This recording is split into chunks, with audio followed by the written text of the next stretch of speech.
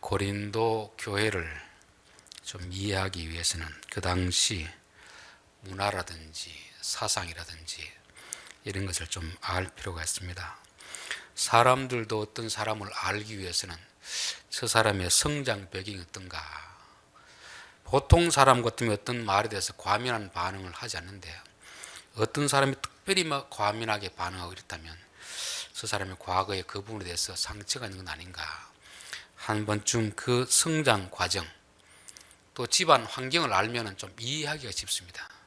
그래서 우리가 항상 사람을 이해할 때도 이 사람이 어떤 가정에서 자랐는가 알면 좀 이해되듯이 성경을 보면서 특별히 고린도 교회를 이해하기 위해서는 고린도 그 당시에 있던 문화적인 상황들 또 그 당시 사람들의 가치관을 형성하고 있었던 사상들을 알 필요가 있습니다. 지난번에도 말씀드렸는데 이 당시에는 영지주의라는 그 사상이 사람들의 마음에 깊이 새겨져 있었습니다. 영혼은 선하고 육체는 악하다 이런 가르침이었죠. 그래서 한편에서는 이 악한 육체 본능을 따라 살자 쾌락주의로 빠졌고 또 한편에서는 금욕주의로 빠졌습니다. 그래서 쾌락주의로 빠진 사람들은 무분별한 성적인 타락을 가져왔고 금욕주의에 빠진 사람들은 결혼한 부부의 성적인 결합도 아주 좋지 않은 것으로 보고 관계를 가지지 않는 그런 문제에 대해서 우리가 한번 살펴보았습니다. 또 그 당시 정신적인 어떤 가치관을 형성하는 것이 두 가지 사상이 있습니다. 하나는 히브리인들로부터 나오는 히브리즘, 다른 이방인들에서 나오는 헬레니즘입니다. 헬레니즘. 그래서 쉽게 말하면 히브리즘은 기독교 사상입니다. 신본주의 사상입니다. 헬레니즘은 인본주의 사상인 거죠. 지금 미국이라든지 유럽에 있는 이런 문화들은 다 헬레니즘이라는 사상에서 나왔습니다. 인간의 이성을 중요시하고 개인의 자유, 평등을 이런 것이 아주 중요하게 여기는 것입니다.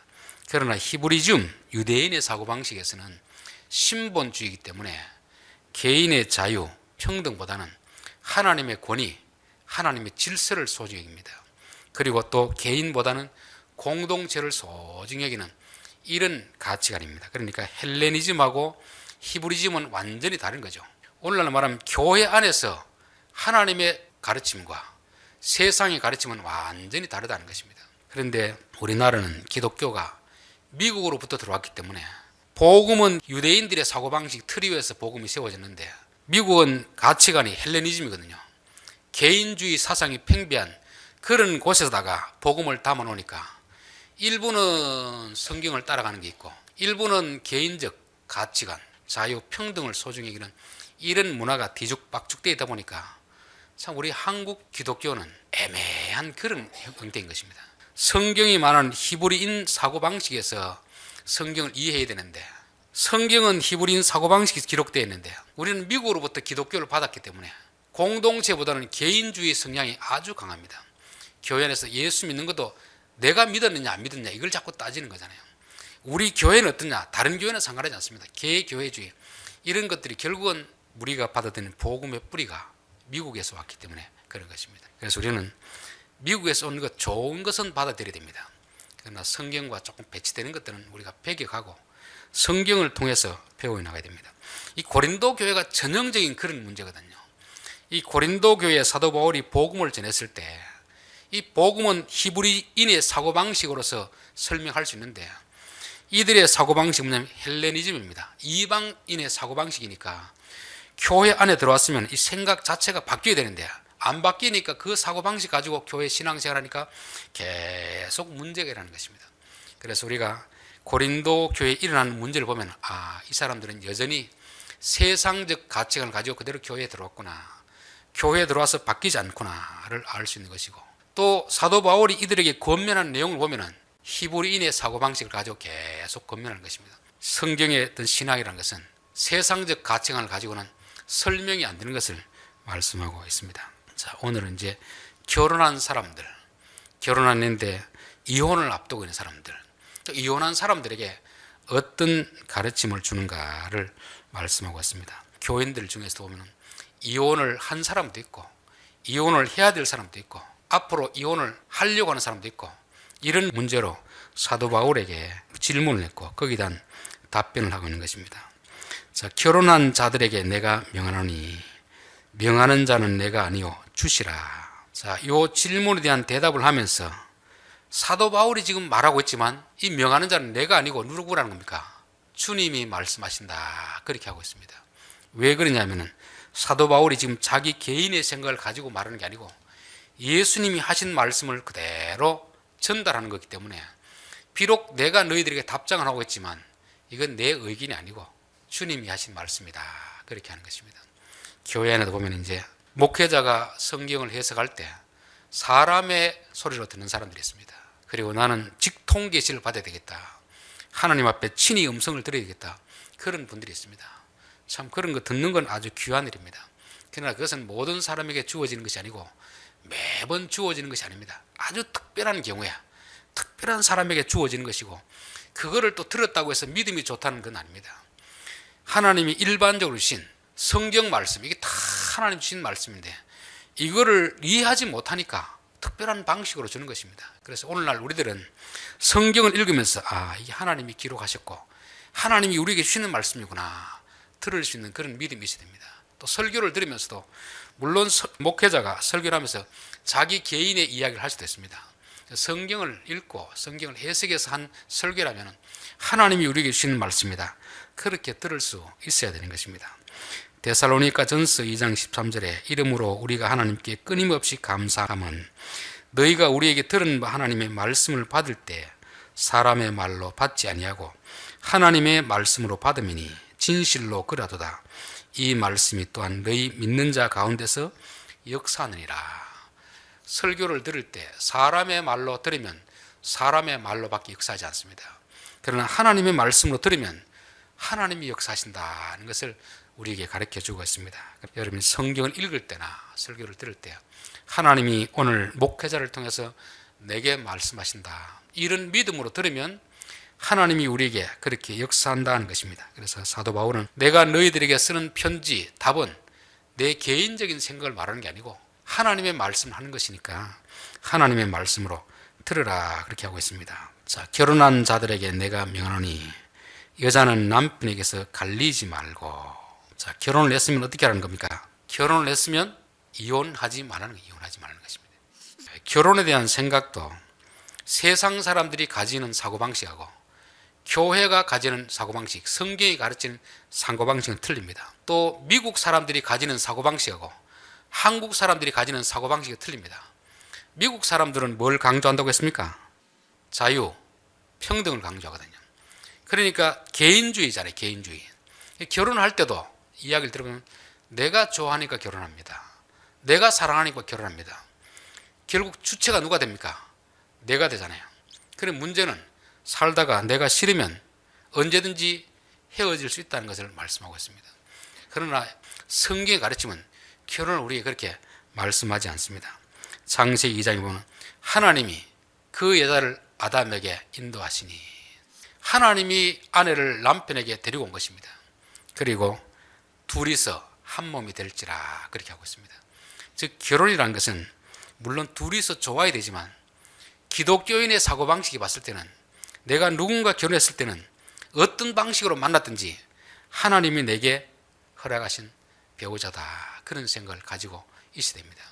그러면 하나님이 중매를 서시고 하나님이 허락했기 때문에 이제 이혼하려면 누구의 허락을 듣게 됩니까? 하나님의 허락을 듣게 되는 거죠. 그래서 마태복음 19장에도 동일한 내용이 나오고 있습니다. 바리새인들이 예수께 나와 그를 시험하여 이르되 사람이 어떤 이유가 있으면 그 아내를 버리는 것이 옳으니까 예수께서 대답하여 이르시되 사람을 지으시니가 본래 그들을 남자와 여자로 지으시고 말씀하시기를 그러므로 사람이 그 부모를 떠나서 아내에게 합하여 그 둘이 한 몸이 될지니라 하신 것을 알지 못하였느냐. 그런즉 이제 둘이 아니요 한 몸이니 그러므로 하나님이 짝지어 주신 것을 사람이 나누지 못할지니라. 적어도 기독교인의 사고방식으로서 결혼에 대해서는 내가 좋아서 했다 할지라도 일단 결혼이 성사되었으면 하나님이 내게 주신 아내다, 남편이다 그렇게 생각해야 되고 아무리 마음에 들지 않더라도 하나님이 나누기 전까지는 내 마음대로 이혼해서는 안 된다는 것이 성경의 가르침입니다. 그러나 요즘은 이제 미국 문화를 많이 받아들여 와가지고 개인의 자유를 얼마나 참 강조하고 있습니까? 간통죄를 폐지한 것도 그거 아닙니까? 내가 자유롭게 결정한 것은 유부녀, 유부남이라도 죄가 아니다 하는 것입니다. 성경이 말할 때 자유는 그런 자유가 아니거든요. 그리스도 안에 있는 자유입니다. 법 안에 있는 자유이지 내가 하고 싶다고 죄를 마음껏 지어도 되는 것은 아닌데 오늘날 자유에 대한 잘못된 이해 때문에 사람들이 많이 이혼을 하고 있습니다. 그러면 같이 살고 있는 사람들은 다 좋아서 살겠습니까? 의무감으로 살겠습니까? 우리 뭐 지금 어르신들은 뭐 50년 살았는데 다 연애할 때처럼 좋아서 사는 거 아니잖아요. 책임감, 의무감 때문에 사는 것입니다. 근데 요즘은 뭐 조금 살다가 싫으면 마음에 안 들면 이혼하는 것입니다. 지금 이혼 통계를 보니까 10명이 결혼하면 5명이 이혼한답니다. 그러니까 이게 보통 심각한 문제가 아닙니다. 왜 그런가? 바로 이런 헬레니즘, 미국 서구의 가치관이 들어왔기 때문에 그렇습니다. 우리 어르신 세대들은 진짜 그 마음이 안 맞아도 부모님 때문에 한번 맺어준 배우자에 대해서는 버리질 않습니다. 이혼하지 않습니다. 계속 그렇게 싫더라도 사는 거죠. 그래서 어떤 분이 결혼이 됐어요. 그렇게 말씀하시더라고요. 3개월 연애하고 결혼해서 3년을 후회하고 30년을 원수처럼 지낸답니다. 원수처럼 지내도 같이 살아야 됩니까? 헤어져야 됩니까? 원수처럼 지내도 원수를 사랑하라는 주님의 말씀을 붙들고 살아야 되는 것입니다. 그래서 성경은 우리에게 결혼을 했으면 하나님이 맺어준 것이기 때문에 하나님이 갈라놓을 때까지는 헤어지면 안 된다는 것입니다. 또 결혼을 한 순간 이제 뭐가 되느냐면은 공동체가 됩니다. 공동체. 공동체가 된다는 것은 내가 그 공동체에 소속된다는 걸 말하거든요.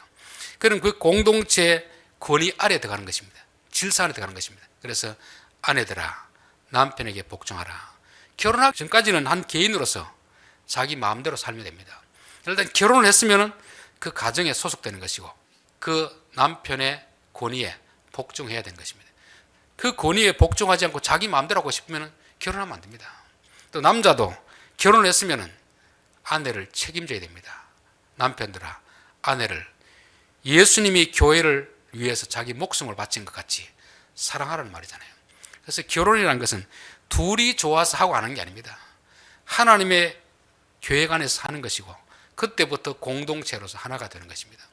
남편은 아내를 책임져야 될 의무가 있는 것이고 아내는 남편의 권위 아래 복종해야 될 그런 책임이 있는 것입니다. 그래서 저는 적어도 교회 다니는 사람들만큼은 이 사고방식을 가지고 있어야 되는데 오늘날 젊은 사람들 특별히 청년들은 이 사고방식보다는 그 자유를 가지고 마음대로 이혼해도 되는 것처럼 그렇게 생각하고 있는데 그렇게 되면 그 자유가 가정을 깨뜨리고 자기 자신을 깨뜨리는 그런 참 무서운 결과를 초래한다는 것을 모르고 있습니다. 그래서 우리가 성경의 가르침을 따르는 삶이 되어야 되지. 자꾸 세상적 가르침들 그거는 사실 마귀의 가르침이 나온 거거든요. 그래서 저는 요즘 모르겠는데 예전에 어떤 통신사에서 하는 광고인데 내 마음대로 해. 네가 하고 싶은 대로 해. 부모 말 듣지 않고. 젊은이들이 얼마나 좋은 말입니까? 부모님들이 이거 하지 마라 저거 하지 마라 계속 하니까 잔소리처럼 들렸는데 그 통신사에서 네 마음대로 해. 그게 누가 주는 음성이냐면 마귀가 주는 음성이거든요. 내 마음대로 하면 좋을 것 같은데 사실은 파멸로 가는 거예요. 파멸로. 근데 우리는 그걸 모르고 마귀가 우리에게 던져놓은 미끼인 줄 모르고 자꾸만 내 마음대로 하려고 하는 그런 게 있잖아요.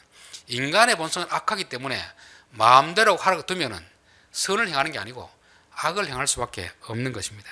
2021년 보니까 19만 2,507명이 결혼해서 10만 1,673명이 이혼했습니다. 그러니까 반이 넘은 거죠. 그렇죠. 황혼이혼도 30년을 살고 황혼이혼도 17%입니다. 17%. 얼마나 많이 지금 이혼하는 시대인지 모릅니다. 이게 잘못된 가르침들, 세상의 가르침들 때문에 그런 것입니다. 자, 마태복음 19장 7절 여쭤오되 그러면 어찌하여 모세는 이혼 증서를 주어서 버리라 명하였나이까? 예수께서 이르시되 모세가 너희 마음의 완악함 때문에 아내 버림을 허락하였거니와 본래는 그렇지 않느니라. 본래는 이혼을 허락하지 않았다. 그런데 하나님 법은 이혼하지 말라고 했는데도 그럼에도 불구하고 사람들이 자꾸 이혼하니까 참 이혼해야 될 것 때문에 단 하나의 조건을 달았습니다. 그게 뭐냐면 신명기 24장입니다. 사람이 아내를 맞이하여 데려온 후에 그에게 수치되는 일이 있음을 발견하고 그를 기뻐하지 아니하면 이혼 증서를 써서 그의 손에 주고 그를 자기 집에서 내보낼 것이요 그 여자는 그의 집에서 나가서 다른 사람의 아내가 되려니와. 원칙은 결혼했으면 이혼하지 마라. 싫더라도 끝까지 데리고 살아라. 그렇게 말씀했습니다. 근데 사람들, 남자들이 자꾸 아내를 조금 음식 못한다고 내보내버리고, 좀 얼굴이 못생겼다고 내보내버리고, 남편에게 한마디 대들었다고 내보내버리고, 이렇게 하니까 연약한 여자 쪽에서는 너무 억울하잖아요. 그래서 여자를 보호하기 위해서, 남편의 개인적 자유를 제한하기 위해서 이런 말씀을 주셨습니다. 그에게 수치되는 일이 있음을 발견했거든. 그때는 이혼해도 가하다는 것입니다. 근데 문제는 또 수치되는 일을 또 해석을 또 사람마다 다 달리하는 것입니다. 성경에서 수치되는 일이라는 것은 무슨 뜻이겠습니까? 결혼을 하고 보니까 이 여자가 결혼 전에 너무 성적으로 방탕한 삶을 살았다는 그런 것에 대해서는 그러면은 이혼하라는 것입니다. 근데 이혼할 때도 이혼 증서를 주어서 그 여자가 뭘 하게 하라는 겁니까? 재혼할 수 있도록 하라는 것입니다. 그럼 여러분, 이혼 증서의 내용을 뭐라고 써야 되겠습니까? 이 여자는 처녀 시절에 너무 성적으로 방탕해서 내가 못 데리고 살기 때문에 이혼시켰습니다. 이렇게 만약에 써놓으면 이 여자가 재혼할 수 있을까요? 없을까요? 재혼 못하겠죠. 이혼 증서를 써주라는 것은 이 여자가 나는 데리고 살 수 없지만 다른 남자에게 재혼할 수 있는 길을 열어주기 위해서 이혼 증서를 써주라 했거든요. 그러면 좋은 말을 써줘야 됩니다. 이 여자는 저하고는 안 맞지만 그러나 다른 남자들에게는 잘합니다. 이렇게 좋은 이야기를 해가지고 그 여자를 내가 버리더라도 그 여자가 재혼할 수 있도록 그런 길을 열어주기 위해서 이혼 증서를 써주라고 하는 것입니다. 그런데 이 사람들은 이걸 모르고 조금만 그냥 자기 마음에 안 들면 내버리는 이런 일들이 있었던 것입니다. 그래서 하나님의 원칙은 결혼을 했으면 이혼은 안 된다. 하나님이 갈라놓을 때까지 안 된다는 것을 말씀하고 있습니다. 자, 11절, 만일 갈라섰으면 그대로 지내든지 다시 그 남편과 화받은지 하라. 남편도 아내를 버리지 말라 되었습니다. 혹시라도 만약에 이혼을 했을 것 같으면, 이혼을 한 상태라면 그대로 지내라. 재혼하지 말고 그대로 지내라는 것입니다. 왜 이런 말씀을 하겠습니까? 이혼을 했다는 것은 내가 했든 내가 당했든 간에 뭔가 문제가 있기 때문에 이혼을 했을 거 아닙니까? 둘이 마음이 맞으면 이혼할 리가 없잖아요. 그러면 나를 보낸 사람이 볼 때 나에게 문제가 있다든지, 아니면 내가 이혼을 자체했을 때는 상대방에게 문제가 있다든지 뭔가 문제가 있기 때문에 이혼이 된 것입니다. 그런데 다시금 재혼한다면 여전히 그 문제가 있으면 또다시 또 재혼에 실패할 수 있기 때문에 이혼을 했든 이혼을 당했든 간에 그대로 지내면서 자신을 한번 돌아보라는 것입니다. 정말 왜 내가 상대방을 버렸을까? 상대방은 왜 나를 버렸을까? 왜 싫다고 했을까? 깊이 한번 생각해 보라는 것입니다. 그리고 어떻게 하는 겁니까? 자기 자신을 고치라는 것입니다. 그러면 고쳤으면 어떻게 합니까? 이제 남편이 필요하겠다, 아내가 필요하겠다 싶으면 새로운 여자, 새로운 남자와 만나가 재혼하지 말고 그 이전에 헤어졌던 남편, 아내와 다시금 재결합을 하는 것입니다. 왜냐하면 문제가 있어서 이혼을 했는데 문제를 고쳤으면 어떻습니까? 다시 결합할 수 있잖아요. 자, 문제가 있어서 그 부분을 고쳤으면 그 이전 사람들과 다시 재결합하는 게 좋겠습니까? 새로운 남자, 새로운 여자와 만나서 다시 시작하는 게 좋겠습니까? 남자, 여자가 사실 만나가 새롭게 마음을 맞추는 게 얼마나 어렵습니까? 여러분, 기계도 비유가 적절한지는 모르겠는데 기계도 그렇습니다. 내 손에 익은 기계는 참 이게 쓰기가 좋습니다. 그런데 고장이 났습니다. 그러면 이게 못 고칠 것 같으면 이거를 버리고 새 걸 사는데, 이게 고쳐서 될 것 같으면 새 거를 사겠습니까? 그걸 고쳐 쓰겠습니까? 새 거를 사면 다시 기능을 익혀야 되고 여러 가지 불편한 점이 많습니다. 이게 고장이 났으면 못 쓸 것 같으면 모르는데 이 고쳐가 다시 쓸 수 있을 것 같으면 웬만하면 그냥 쓰는 게 좋다는 것입니다. 사람도 똑같은 것 같아요.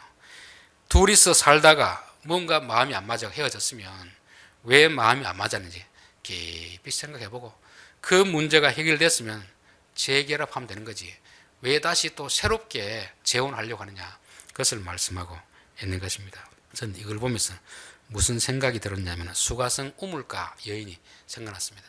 이 여자는 남편을 몇 명 뒀습니까? 5명을 두고 헤어지고 또 6번째 데리고 사는 것입니다. 보통 이제 뭐 이혼을 한두 번 하는 거는 뭐 어느 정도 이해가 되는데 3번, 4번, 5번 반복한다는 것은 이거는 누구에게 문제가 있는 겁니까? 여자에게 문제가 있겠죠. 그럼 이 여자는 한 번 이혼을 당했으면, 잘 몰랐으면 2번째 재혼을 하고, 그러면 자꾸 남자들이 싫어하면 왜 나를 싫어할까를 한번 깊이 생각해보고 자신을 바꿔야 되는데, 이 여자는 고집이 센지 어리석은지 남자들이 자기를 싫어하는 이유를 모르고 계속 그 고집대로 살아가고 있는 것입니다. 그래서 참 불쌍한 생각이 들었고, 이 여자는 예수님 밖에는 다른 해답이 없습니다. 그래서 예수님이 마지막 7번째 남자로서 이 수가성 우물가 여인을 만나주잖아요. 우리가 결혼뿐 아니고 어떤 일에 실패할 수도 있습니다. 실패했으면 왜 내가 실패했는가를 한번 깊이 생각해보고 반성하고 그 잘못된 것을 고침을 인하여서 또 다른 실패를 반복하지 않도록 해야지, 계속 자꾸 새로운 일을 한다고 해서 되는 것이 아니라는 것을 말씀하는 것입니다. 자, 그 나머지 사람들에게 내가 말하노니 이는 주의 명령이 아니라, 이는 주의 명령이 아니라, 이 말은 단지 바울의 생각을 말하는 건 아닙니다. 앞에는 주의 명령이라는 것은 주님이 분명히 말씀하신 내용을 자기가 대신해서 이야기해 주는 것이고, 여기서 주의 명령이 아니라 이 말은 바울의 사사로운 생각이 아닙니다. 성경에는 우리에게 모든 경우에 이렇게 하라 저렇게 하라는 그런 것은 없거든요. 원칙적인 내용이 있으면 어떤 자세한 부분에서는 사도 바울이 어떻게 됩니까? 적용. 그렇죠. 아, 여기서 이렇게 하라고 했으니까 여기서는 이렇게 하면 되겠다, 그런 의미이지 사도 바울의 개인적인 생각이 아니라는 것입니다. 내 말이 아니라는 것은 전혀 예수님과 상관없는 그런 말씀이 아니고, 성경에는 꼭 이와 같은 경우에 딱 합당한, 딱 일치하는 그런 조항이 없기 때문에 다른 여러 가지 말씀들을 조합해서 적용을 시켜주는 그런 말씀입니다. 자, 어떤 형제에게 믿지 아니한 아내가 있어 남편과 함께 살기를 좋아하거든 그를 버리지 말라. 아마 이들은 고린도에서 있는 사람들이, 처음에는 예수 믿지 않은 사람들이 두 사람이 결혼해가 살다가 다른 사람의 전도를 받고 둘 중에 한 분이 신앙생활을 하게 되었습니다. 그런데 보니까 이 둘이 계속 마찰이 납니다. 사실 교회를 다니는 사람하고 안 다니는 사람은 계속 마찰이 날 수밖에 없거든요. 주일이 되면 교회 다니는 사람들은 예배 드리고 가려고 하고, 교회 안 되는 사람은 이런 날 놀러를 가야지 왜 교회 가려고 하느냐, 여기서부터 시작해가지고 제사 지내는 문제든지 여러 가지 문제가 참 계속 생기게 되는 것입니다. 그래서 둘이 아무리 좋더라도 신앙이 다르면 마찰이 날 수밖에 없습니다. 그래서 바울 선생님, 내 남편이 안 믿는데, 내 아내가 안 믿는데 내가 신앙생활을 제대로 하기 위해서는 내가 이혼을 해야 되겠습니까? 말아야 되겠습니까? 여기에 대한 대답을 사도 바울이 이야기해 주는 것입니다. 거기서 뭐라고 하냐면, 내 남편과 함께 살기를 좋아하거든 그를 버리지 말라. 즉, 내 기준에서 결정하지 말고 안 믿는 배우자가 너와 살기를 원하면 같이 살고, 안 믿는 배우자가 헤어지기를 원하면 헤어지라는 것입니다. 즉, 내 기준이 아니고 누구 기준을 따르라는 겁니까? 상대방의 기준을 따르라는 거죠. 그 당시 헬레니즘은 개인주의 사상이 아주 팽배한 그런 가르침입니다. 지금 미국의 어떤 사상도 개인주의가 아주 강하잖아요. 자, 그런 사람을 봤을 때는 내 남편이 내 마음에 안 들면 어떻게 합니까? 자기 기준으로 봤을 때는 이혼하는 게 맞잖아요. 사도 바울은 항상 히브리인의 사고방식, 내 개인보다는 공동체 유익이 더 중요한 것입니다.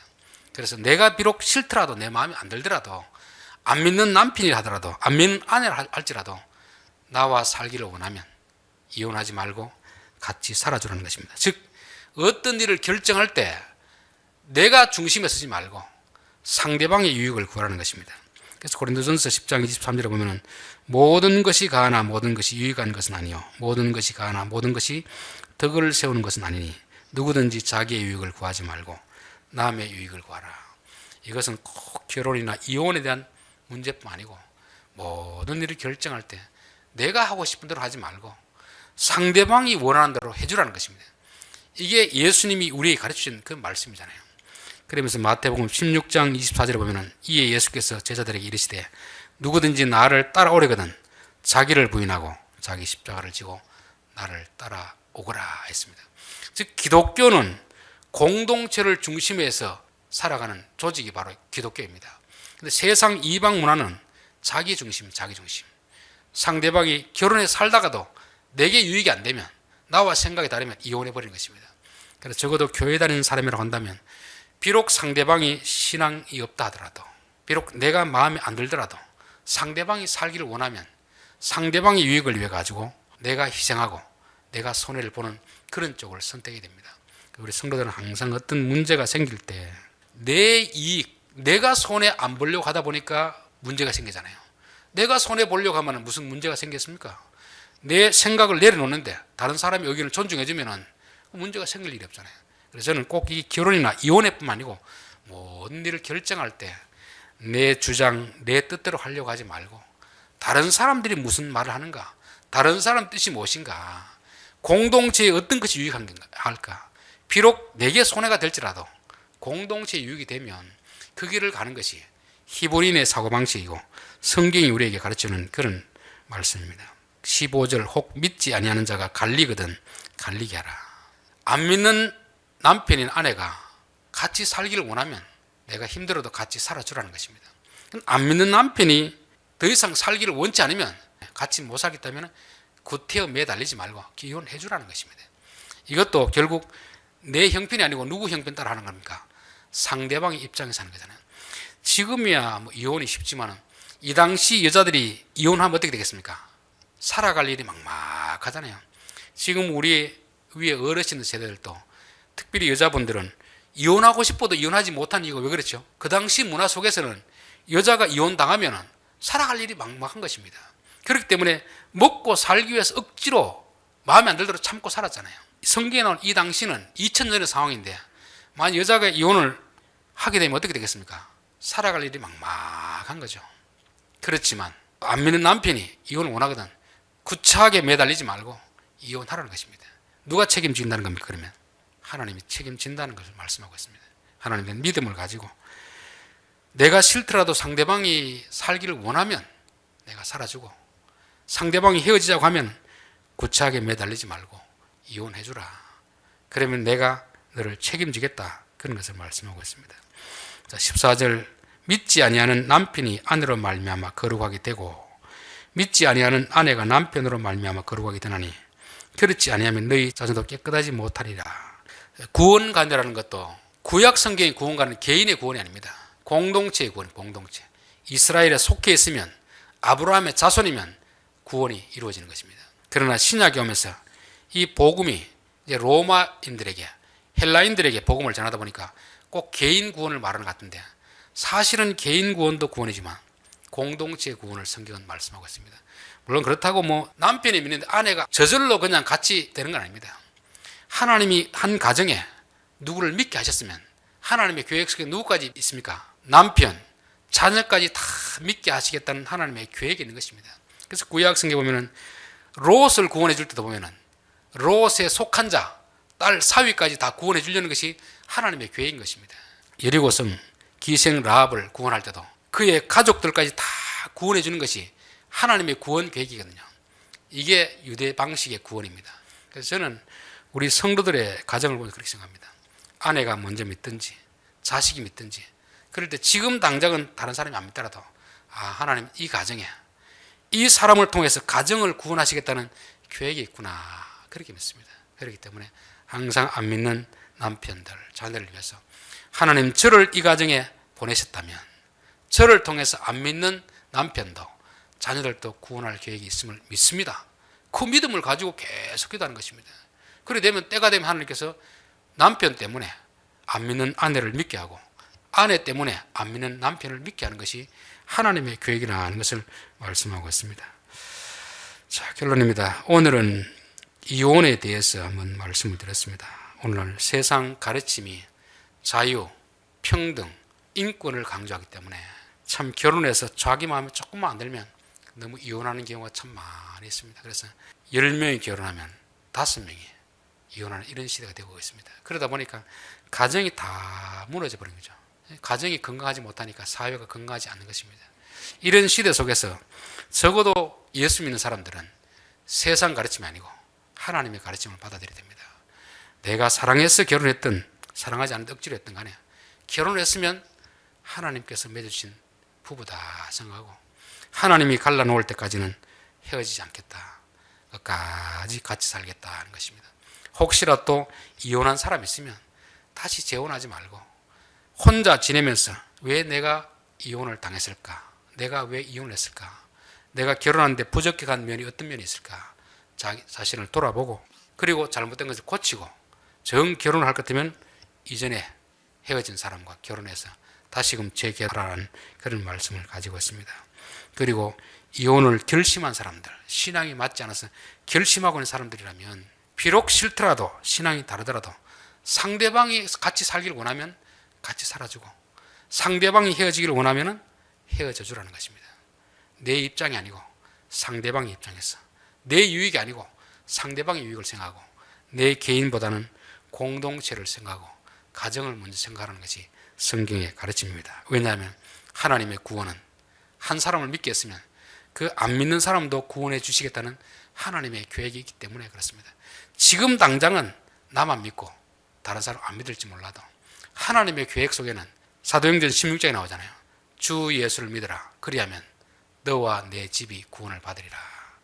이 시간적인 인터벌이 있을지 몰라도 하나님의 계획 속에는 한 사람을 구원할 때는 그를 통해서 가정을 구원하시겠다는 계획이 있다는 것을 믿고 우리가 안 믿는 가족들 위해서 늘 기도해야 될 줄 믿습니다. 기도하겠습니다.